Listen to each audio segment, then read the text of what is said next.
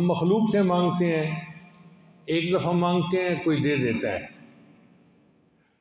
دوسری دفعہ مانگتے ہیں وہ بہانہ کر دیتا ہے، تیسری دفعہ مانگتے ہیں وہ کنی کترا جاتا ہے، چوتھی دفعہ مانگتے ہیں وہ سرے سے بولنا ہی چھوڑ جاتا ہے، کہتا ہے یار یہ بھی کوئی دوست ہے، ہر وقت ہی مانگتا رہتا ہے۔ یہ مخلوق کا حال ہے۔ اور اللہ تعالیٰ کا معاملہ دیکھیے، ایک دفعہ مانگو اللہ دیتے ہیں، دوسری دفعہ مانگو اللہ دیتے ہیں، تیسری دفعہ مانگو دیتے ہیں، 100 دفعہ مانگو دیتے ہیں، 1000 دفعہ مانگو دیتے ہیں، لاکھ دفعہ مانگو دیتے ہیں۔ جو بندہ ہر چیز اللہ سے مانگے، ہر وقت اللہ سے مانگے، اللہ اس کو اپنا ولی، اپنا دوست بنا لیتے ہیں۔ اللہ فرماتے ہیں یہ بندہ میرے سوا کسی اور سے مانگتے نہیں، یہ میرا ولی ہے۔ تو مانگنے کا مزہ تو اللہ سے ہے، اس لیے بیمار ہو تو اللہ سے شفا مانگیں، کوئی مصیبت کوئی پریشانی ہو تو اللہ کی طرف رجوع کریں۔ ایاک نستعین، اس میں ہمارے لیے بہت بڑا سبق ہے۔ چنانچہ نبی علیہ الصلوۃ والسلام نے ہمیں یہ دعا سکھائی۔ ہم وطر کے شروع میں دعا مانگتے ہیں، اللہم انا نستعینک ونستغفرک ونؤمن بک ونتوکل علیک۔ تو ہم مدد کس سے مانگتے ہیں؟ اللہ سے مانگتے ہیں۔ نبی علیہ السلام نے صحابہ کو یہ بات سکھائی، اور صحابہ کا تو یہ حال تھا کہ ما تحت الاسباب بھی مدد نہیں مانگتے تھے۔ اگر سواری پہ سوار ہیں اور ہاتھ سے کوڑا نیچے گر گیا تو وہ دوسرے کو نہیں کہتے تھے یار یہ مجھے اٹھا کے دینا، خود نیچے اترتے تھے، کوڑا اٹھا کے پھر سواری پہ سوار ہوتے تھے۔ اللہ کے محبوب نے ان کو ایسا بنا دیا تھا، کسی کے سامنے ہاتھ پھیلانے کا تو سوال ہی پیدا نہیں ہوتا تھا، ان کے ہاتھ فقط اللہ کے سامنے پھیلتے تھے۔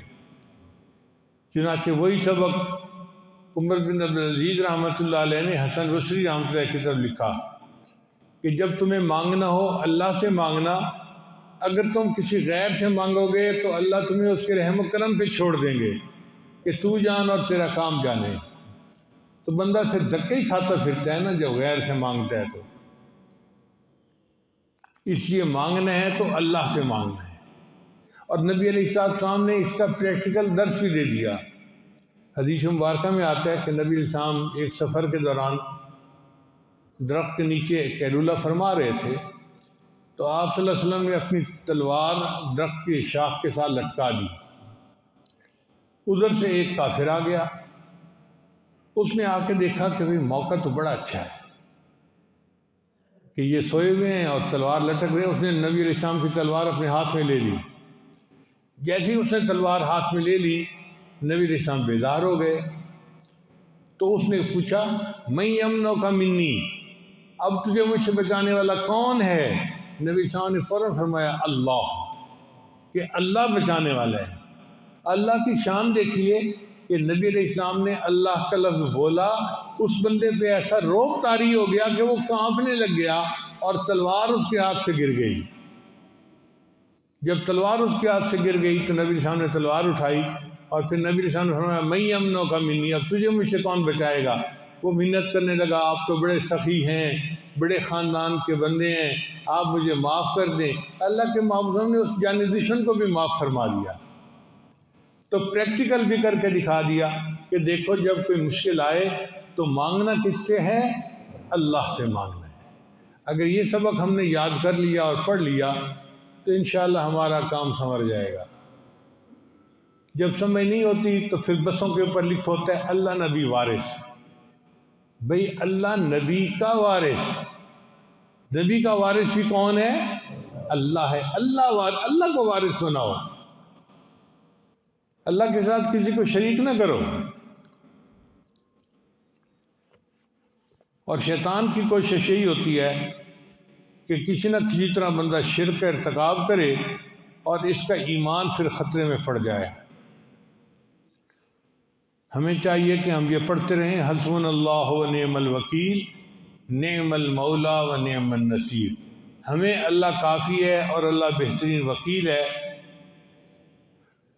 اللہ کتنا بہترین مولا ہے اور کتنا بہترین مددگار ہے۔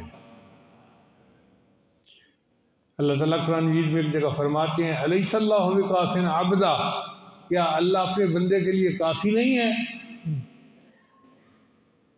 تو اللہ اپنے بندے کے لیے کافی ہے، ہمیں کسی اور سے مانگنے کی کوئی ضرورت نہیں۔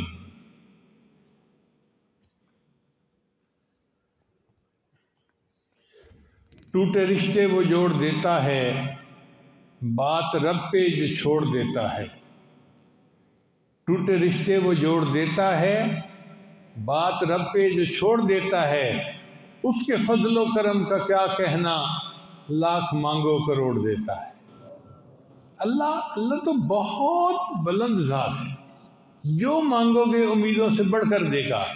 ہمیشہ مانگنے والوں کو اپنے دامن کے چھوٹے ہونے کا شکوہ رہا، اللہ کی دین تو بہت بڑی ہے، بہت بڑی ہے۔ ایک مرتبہ ہم عرفات کے میدان میں تھے تو ایک بوڑھا بیٹھا ہوا دعا مانگ رہا تھا، یا اللہ دے مجھے 10,000 کروڑ روپیہ۔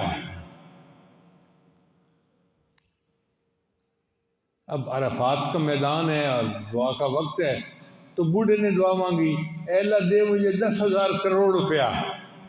تو لاہور کا ایک نوجوان تھا، وہ کہتا ہے بابا جی اتنے؟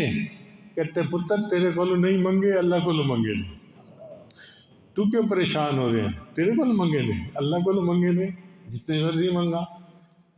تو اللہ تعالیٰ تو ایسی ذات ہے، جو چاہو اللہ سے مانگو اللہ دیتا ہے۔ حتیٰ کہ اگر جوتے کا ٹوٹا ہوا تسمہ اللہ سے مانگو اللہ پھر بھی خوش ہو کے دیتا ہے، اور زمین آسمان کے خزانے اللہ سے مانگو اللہ پھر بھی وہ دیتا ہے۔ تو مانگنے کا مزہ تو اللہ کی ذات سے ہے۔